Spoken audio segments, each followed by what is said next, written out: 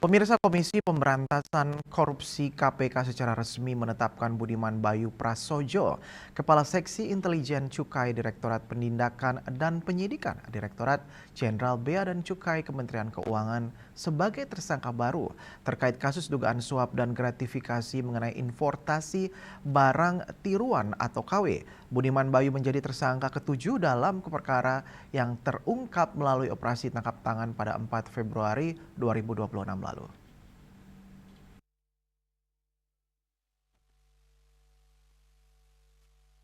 Komisi Pemberantasan Korupsi KPK mengungkap dugaan keterkaitan kuat antara kasus suap importasi barang di lingkungan Ditjen Bea Cukai dengan maraknya peredaran rokok ilegal di Indonesia.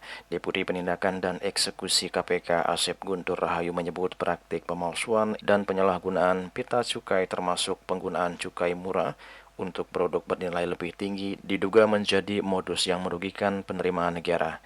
Dalam pengembangan kasus ini, KPK kembali menetapkan tersangka baru dari internal Bea Cukai, yakni Budiman Bayu Prasojo, Kepala Seksi Intelijen Cukai Direktorat Penindakan dan Penyidikan Direktorat Jenderal Bea dan Cukai Kementerian Keuangan.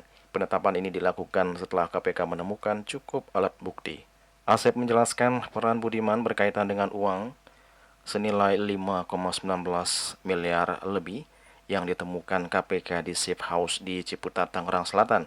KPK menduga Budiman memerintahkan Salida Asmuji atau SA selaku pegawai pada Direktorat Penindakan dan Penyidikan P2 Bea dan Cukai untuk mengelola uang dari para pengusaha yang produknya dikenai cukai dan para importer.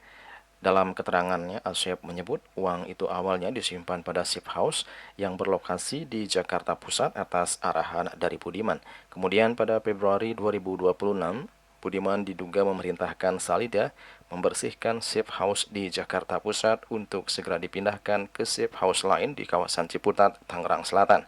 Atas perbuatannya, Budiman disangkakan telah melanggar pasal 12B Undang-Undang Pemberantasan Korupsi junto pasal 20 huruf C Undang-Undang Nomor 1 Tahun 2023 tentang KUHP. Berdasarkan fakta tersebut, penyidik menyimpulkan bahwa BBP dan SIS secara bersama-sama atau turut serta melakukan tindak pidana korupsi penerimaan gratifikasi selaku pegawai negeri atau penyelenggara negara, termasuk penerimaan pemberian yang berkaitan langsung dengan jabatan dan bertentangan dengan kewajibannya pada periode tahun 2024 sampai 2026. Berdasarkan kecukupan alat bukti tersebut, maka pada hari Kamis kemarin ya, tanggal 26 Februari 2026, KPK kemudian menetapkan saudara BBP sebagai tersangka. Untuk kebutuhan penyidikan, penyidik kemudian melakukan penangkapan terhadap BBP pada hari Kamis tanggal 26 Februari di kantor pusat DJBC di daerah Jakarta Timur. Jadi pengembangan yang kita lakukan dulu berdasarkan bukti-bukti yang ada, kecukupan alat bukti dan lain-lain, nah kemudian ditetapkan dan kemudian dilakukan penangkapan.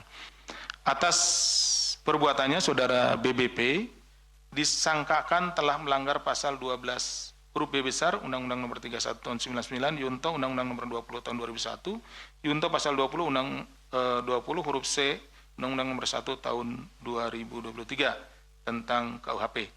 KPK selanjutnya melakukan penahanan terhadap saudara BBP untuk 20 hari pertama sejak tanggal 27 Februari hari ini sampai dengan 18 Maret 2026. Penahanan dilakukan di Rumah Tahanan Negara Rutan Cabang Gedung Merah Putih KPK.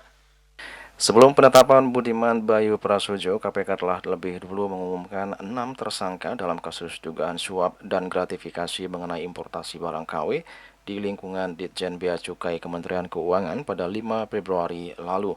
Keenam tersangka tersebut terdiri dari 3 pejabat dari Ditjen Bea Cukai dan 3 pihak swasta yang terlibat dalam kasus tersebut. Juli Suwarto dan Kitus Madiasu melaporkan.